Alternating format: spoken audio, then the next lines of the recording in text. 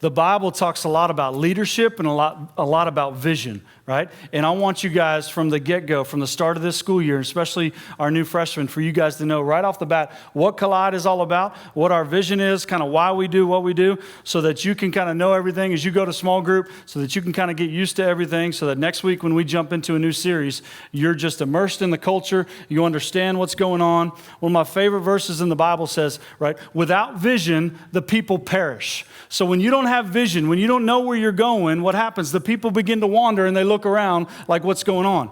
I'm proud to be on a staff underneath a senior pastor that has incredible vision, right, to reach the lost, to reach this community. And you look around this room, we have a senior leader that loves the next generation and loves you guys and allows us to do incredible things so that what? So that you build an authentic faith in your high school years. Guys, the statistics are scary. Right? Almost 50% of young people, they say, some polls, if you look at them, leave the faith right after high school. 18 to about 22, right?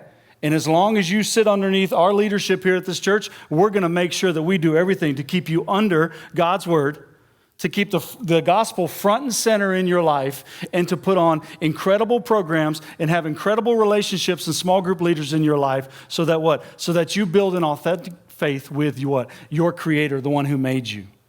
So our vision is simple here at Collide. It's to help students love Jesus and everybody else. Our vision at OBC is to help people love Jesus and everybody else. We just changed one word, and we make it real strategic. Students, 14 through 18, freshmen through senior year of high school, we want you to what? Love Jesus and everybody else. All right, so you say, KB, where do we get that from? Well, I'm glad you asked. Our goal at Collide is for you to love God and love other people. Simple. Love God and love other people. When it invades your heart, guys, it changes everything about you. And where do we get that from? We get that from the Great Commandment. In Matthew chapter 22, Jesus says this. They come to Jesus with a question in verse 36. Teacher, which is the great commandment in the law? And Jesus says, and he said to him, you shall love the Lord your God with all your heart, with all your soul, and with all your mind. This is the great and first commandment. And a second is like it. You shall love your neighbor as yourself. Guys, this is what we're all about at Collide, is that you fall in love with God, your Creator, right? And then you go what? That love changes you from the inside out, and you say, I'm going to love every person in my path. So our first goal is for you to love God and love other people. Our second goal is real simple too. It's to make disciples and build authentic faith in you, right? When we look in God's word, right, when people started coming to Jesus, and right before he goes back to the Father, you know, he's got his disciples there and he's getting ready to leave. What were his last words to them? Matthew chapter 28, verse 18, he says, and Jesus came and said to them, all authority in heaven and on earth has been given to me. Go therefore and make disciples of all nations, baptizing them in the name of the Father and of the Son and the Holy Spirit, teaching them to observe all that I have commanded you. And behold, I am with you always to the end of the age. Guys, this is our mission, to make disciples. Everything we do in Collide is to make authentic Jesus followers. We want you guys to fall in love with the person of Jesus and what he's done for you on the cross, to give your life, to surrender your life to him. And then what? People that are disciples of Jesus then go and make disciples of other people. You look at all the small group leaders in this room. You look at all my Collide students that are here, that have graduated, that are back. I've challenged them. It's your goal now to go make disciples. You grow in your faith. People have poured into you for 4 years. Now you go and make disciples. And the beautiful thing is God's word tells us what? Is that he gives us the power. He lives inside of us, and we're never alone. We're unstoppable. The gospel is unstoppable. Our goal is for you to what? We want to make disciples of you, and then you multiply and go make disciples, and we want you to build an authentic faith. You know what authentic is? It's real. When it gets tested, when life is hard, when you leave Collide and you go off maybe to a 4-year school, right? And they're teaching different things, and you're what? You're sound in the gospel. You understand what Jesus did for you on the cross, and what? You love God with everything in you. Right? And you want to serve him all your days until he calls you home. Guys, that's what we're all about. Love God, love others, make disciples, and build an authentic faith. So what is a mature disciple? When we think about you guys, here's our goal. There's 8 things from freshman year to senior year that we want you guys to grow in your faith. This is what Scripture tells us what a mature disciple is. Number 1, 8 marks of a mature disciple. Mature disciples understand their need for a Savior. Guys, you guys have to realize is that what? We're a sinner. And apart from Jesus, what? We're separated from a holy God. And God came down and sent his son down to earth to die on a cross for your sins and for my sins. Mature disciples, what? They understand their need for a Savior. Guys, I remember when I was in high school and I thought I was invincible, man. Everywhere I went, I thought I was the biggest, baddest dude on the block. I could hit a baseball farther than anybody. I could run faster than anybody, right? I was in the popular group at school, athlete of the year, senior year, and guess what? My life crumbled because this wasn't my core, okay? And I hope that in your 4 years, freshmen, that you get to really hear my story and hear why this guy who's crazy and bald and loves teenagers and all this different stuff, calls everybody friend, why is he in front of me? Because I didn't have this when I was in high school. I didn't have Collide. And I walked away from my faith, and I'm not proud of it. But Jesus redeemed me, and he put a new song in my heart. So as long as I have breath in my lungs and he calls me to work with teenagers, this is going to be my mission. To build mature disciples so that you what? You go then and make disciples and you grow up to be incredible husbands and incredible wives and incredible church leaders and incredible business leaders and incredible teachers and doctors and housewives and everything based on this. Mature disciples understand their need for a Savior first. Mature disciples know the God of the Bible. Guys, God wrote a book and we should read it. It's a beautiful love story. It's a story of redemption, right? From Genesis to Revelation and how he what? He pursues his people and he comes after them. Guys, we want you to know God, the God of the Bible. There's only one capital G God, and that's the God who made you, right? And he made you on purpose and for a purpose. There's only one of you. We want you to know him. Number 3, mature disciples recognize that they are made in God's image. It's this word called imago Dei, right?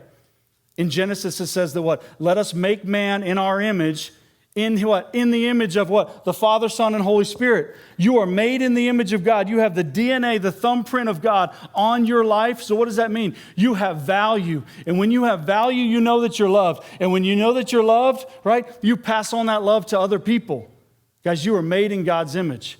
Number 4, mature disciples serve out of love. When you realize, right? Mark 10:45, right? The Son of Man came not to be served and to serve and give his life as a ransom for many. Jesus came and served us. He died for us on the cross. So our gift in return to him is our life, and we serve every single person in our path, right? It's called being humble. It's called living with humility. Is that realizing that God's up here in complete control, and he didn't have to make me, he didn't have to make you, but he did. And he did on purpose and for a purpose so that you serve others out of love. Number 5, mature disciples share their faith story. When you guys have been changed from the inside out, you want to share it with the world. You want to tell your friends. You want to invite them to Collide. You want them to be here on Sunday mornings when we get back to service and do all that, right? You guys, everything just exudes what God's done in your life. Mature disciples want to share their faith. 6, mature disciples worship regardless of circumstance. Guys, worship is all of life. We're going to reintroduce worship on Wednesday nights and do some cool things with that. And me and Gracie and Emma Grace were talking about that today with Pastor Jason and really excited about that. But here's what we talked about, is worship is when we come in here and sing, but worship is also all of life, everything that you do, right? And mature disciples, they worship regardless of circumstances. Guys, you guys are in some tough circumstances right now, aren't you? School's different. Life is different. Maybe you have some loved ones that are sick. Some of my seniors that just graduated from Collide, like half of them are already back. They had to close down their dorm and they're back. And I was talking to some of them at church Sunday. And I said, here's what I said to them. I said, you got to trust that God is in control, that he's sovereign. And you what? You worship him with your life, regardless if things are going good or if they're bad. Because what? You know the sovereign hand of God is holding all of it. So mature disciples, they worship regardless of what their circumstances are because they know that God's in control and they can trust him. Number 7, mature disciples defend their faith, all right? So when you get a chance, 1 Peter, always be willing to give a defense or a reason for the hope that lies within you. Guys, you have hope in the name of Jesus and you get to share that hope with others. But sometimes what happens is that people will kind of come at the Christian faith and do different things and we don't defend ourselves. We don't give an apology for it, right? Is what? We defend it out of love and we share the truth in love. Mature disciples defend their faith. They know the scriptures. They get into the word. They understand the gospel. They know what God's done, right? And then lastly, mature disciples join in the community of believers. One of the beautiful things we do here on a weekly basis, right, is we can't do life in isolation. As you look in the book of Acts, and what did they do? Man, started when Jesus comes, man, gives the power, Spirit comes at Pentecost, Peter starts preaching, church starts meeting, people are multiplying, the church is multiplying, they're meeting in church, they're meeting in houses and all this different stuff. What happened is they knew they needed each other. They studied the Word. Remember last week? They studied the Word. They prayed. They broke bread together. They took the Lord's Supper together. They sold things that they needed. Guys, we need each other. I don't know about you, but man, I get fired up for Wednesday nights, right? You might think I'm crazy, guys, but what? Man, I love you, and I love God's Word. And as long as God has called me to it, you're going to have to deal with this crazy youth pastor, okay? Because I love you.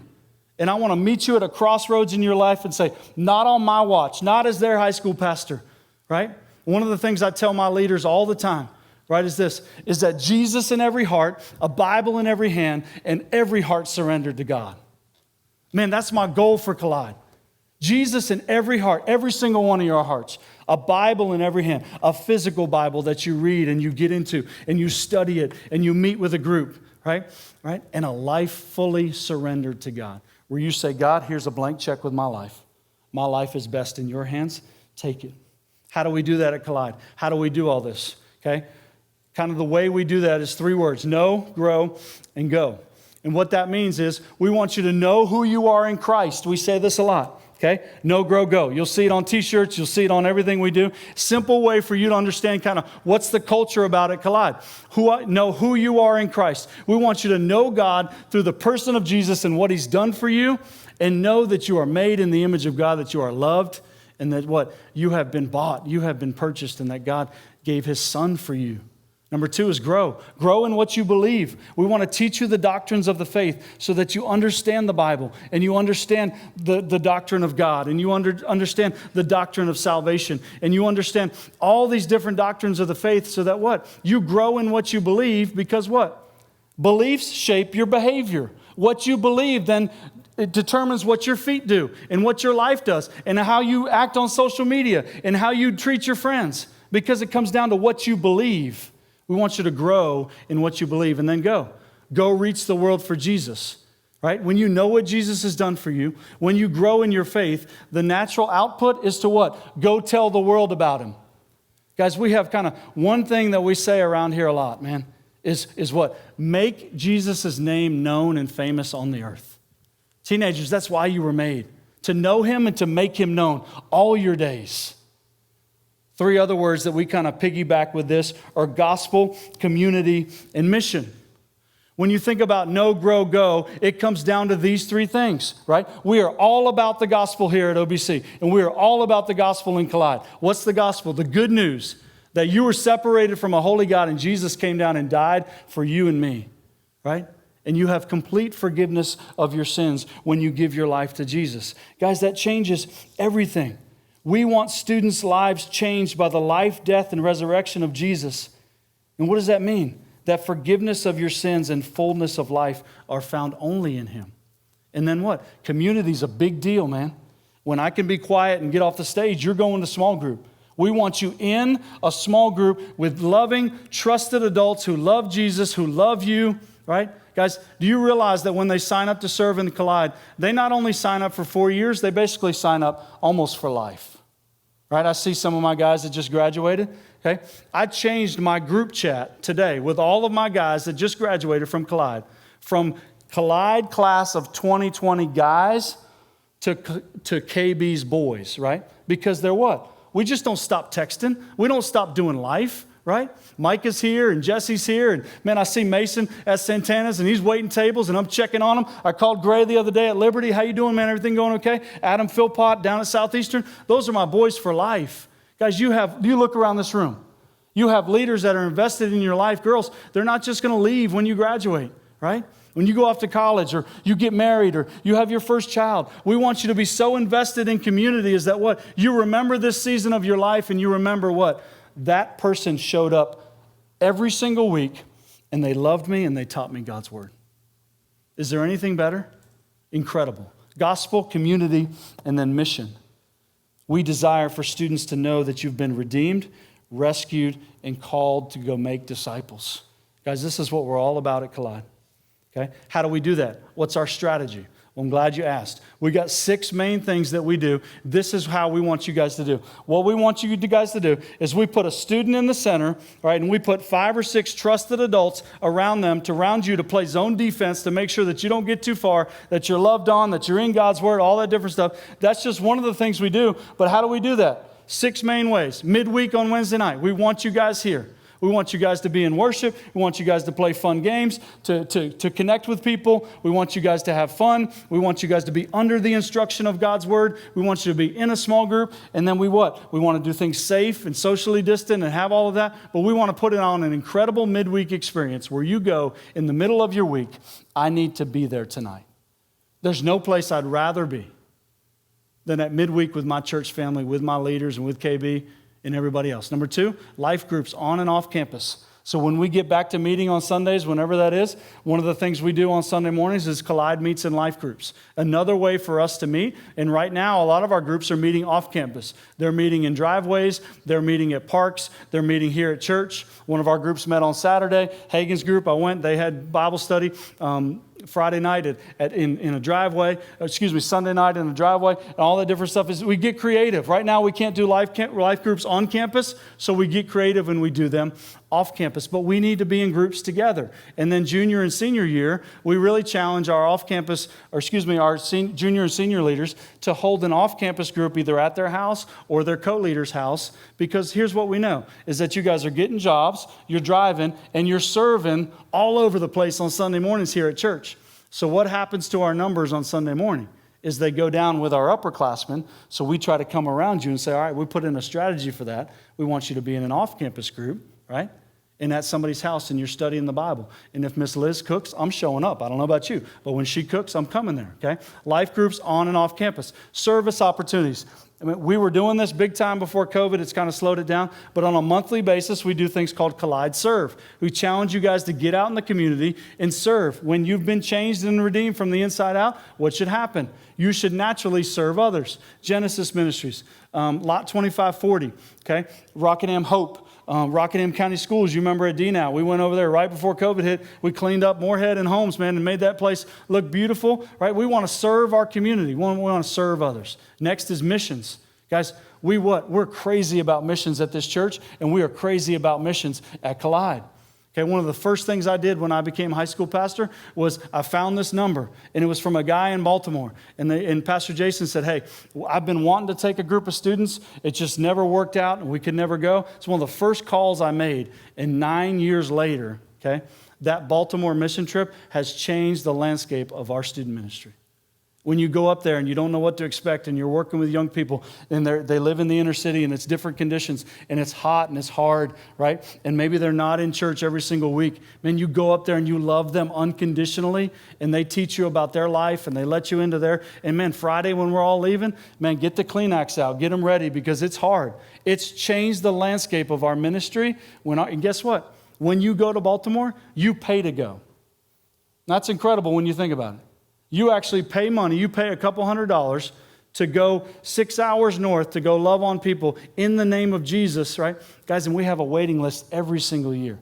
I hope you'll go to Baltimore. Okay, we go to Columbus, Ohio. A couple spring breaks ago, we went there, had an incredible trip. We partnered with the Stowe Mission Center there. Okay, we go to the Hope Project International in Nicaragua. I hope you guys will go with me. At least one of my goals, I had my leader meeting with my leaders Monday night. One of our wins in student ministry is that you go on one foreign mission trip before you leave.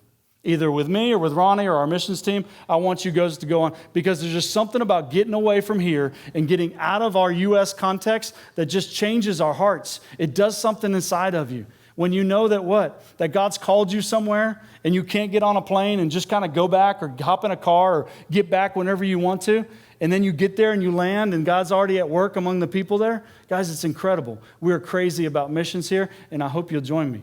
Camps and retreats, man. We love Fuge Camp. We love DNOW. We love winter retreat. We're trying to do a fall retreat. We probably won't do it this year. When I have your parent meeting in a little bit, going to give them some dates. We already have our Fuge Camp dates for next year. We don't know if we can go, right? But we've already booked, man, 70 or 80 spots because I love going to camp.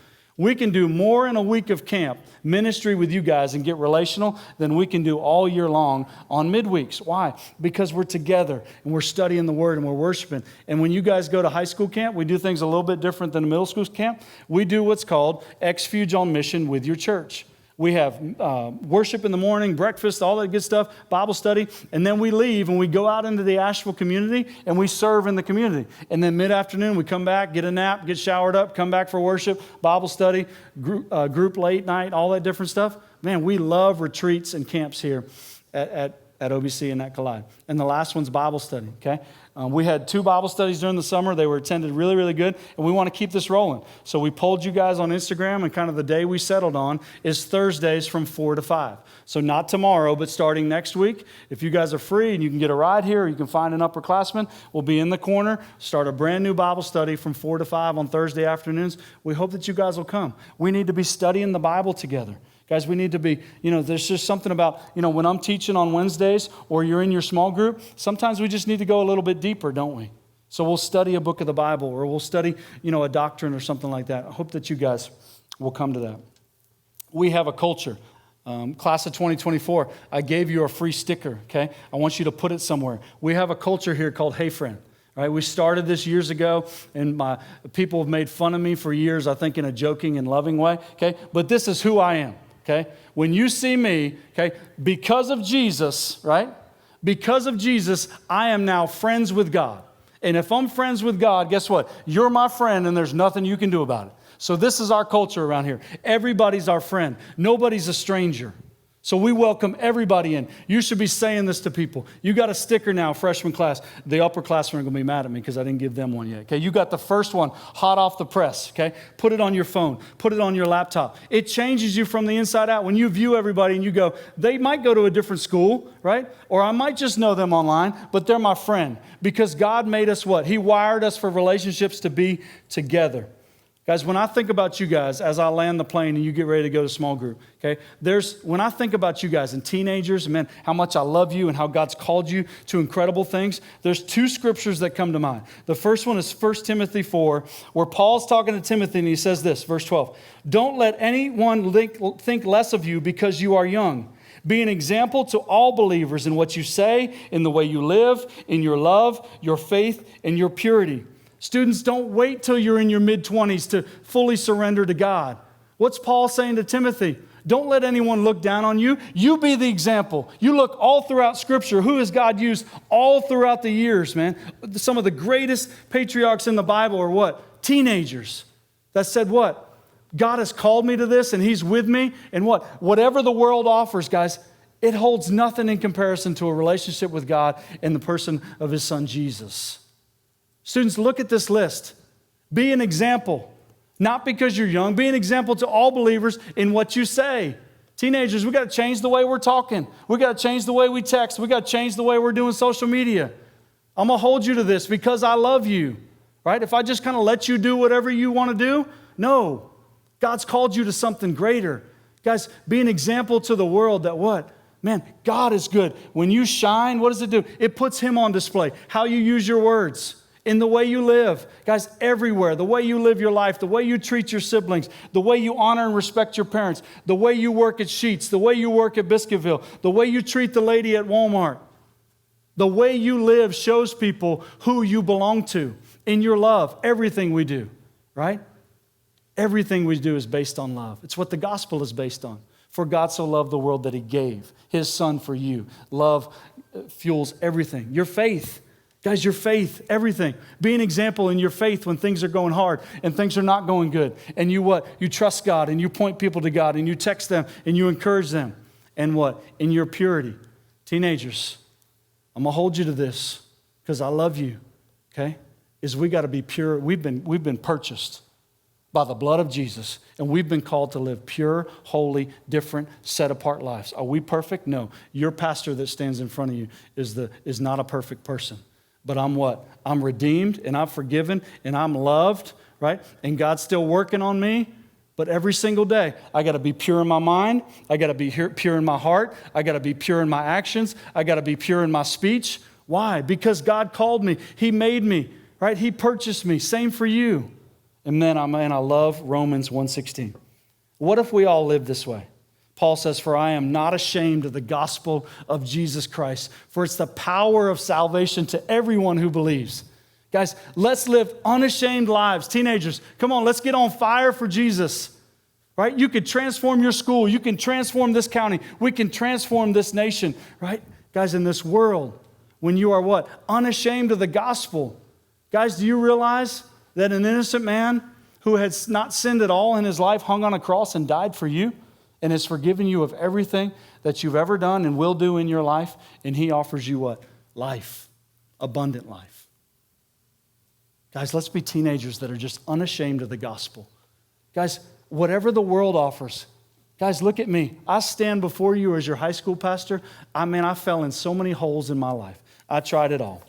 Sports and stardom and alcohol and parties and all this different stuff, man.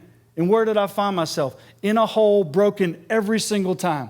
You know why I love the story of the Good Samaritan so much? You guys know that story? Okay, guy gets beaten up, stolen, robber, steal all this stuff, gets left in the ditch, right? Priest sees him, goes on the other side of the road, doesn't want anything to do with him. Levite sees him, walks by, doesn't want anything to do with him. And then what? The most unlikely person comes, cleans him up, puts him on his donkey, takes him to an inn, takes care of him, gives the guy more money, right? From a completely different culture, the last person you would think to take care of him. You know why? Because what? One day I realized that KB was the guy in the ditch, that was me, and that Jesus came and rescued me. And when you see that you're the person in the ditch, right? Left for dead. Man, left to myself, KB is what? Like a sheep going to wander off a cliff, right?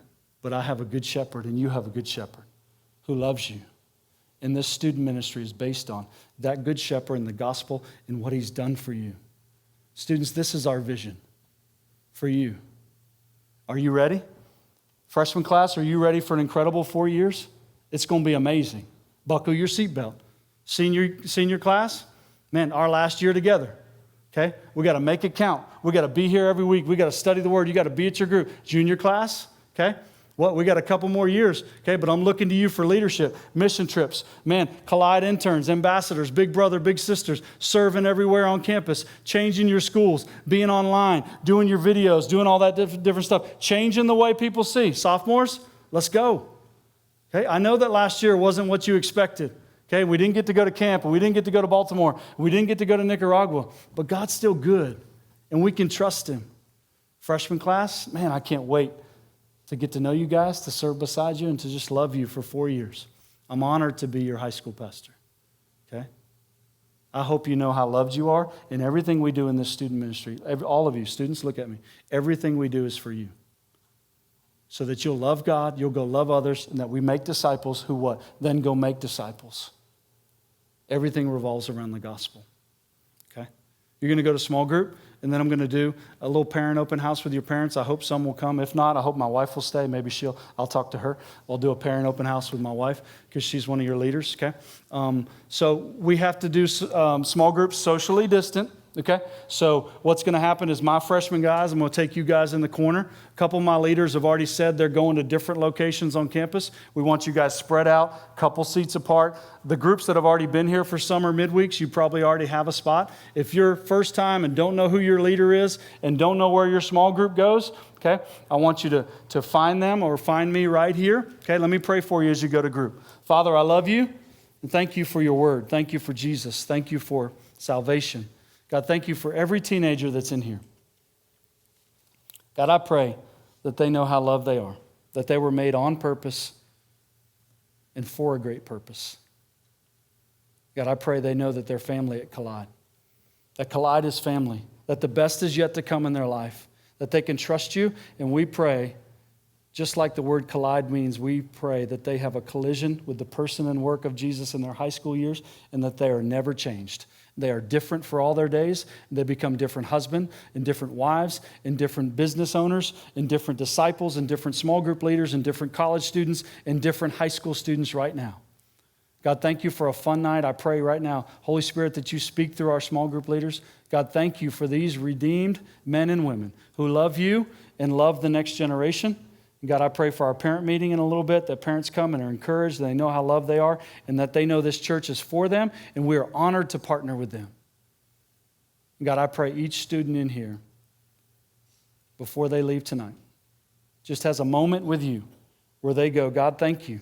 In the midst of my life and some uncertainty and things aren't going good right now, or school's starting off hard, or, man, something happened with my boyfriend or my girlfriend, or school's hard, or things are hard at home. God, I pray you wrap your arms around them and remind them how loved they are and that they're never alone and that there's a student ministry community called Collide that loves them and is honored to walk with them every single day. Speak through our leaders now. In Christ's name I pray. Amen.